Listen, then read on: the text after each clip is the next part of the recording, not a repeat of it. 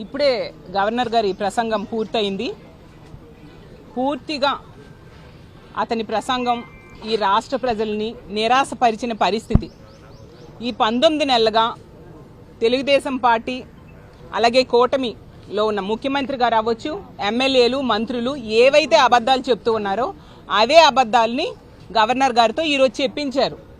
అసలు గత 2 బడ్జెట్లో కూడా అబద్ధాలు చెప్పించడమే కాకుండా ఇప్పుడు 3వ బడ్జెట్లో కూడా అదే అబద్ధాలని వల్లివేయించారు. నిజం చెప్పాలంటే గవర్నర్ గారు కూడా బాధపడుతూ ఉండుంటారు, నాతో ఇలాంటి అబద్ధాలు చదివిస్తున్నారే అనేసి.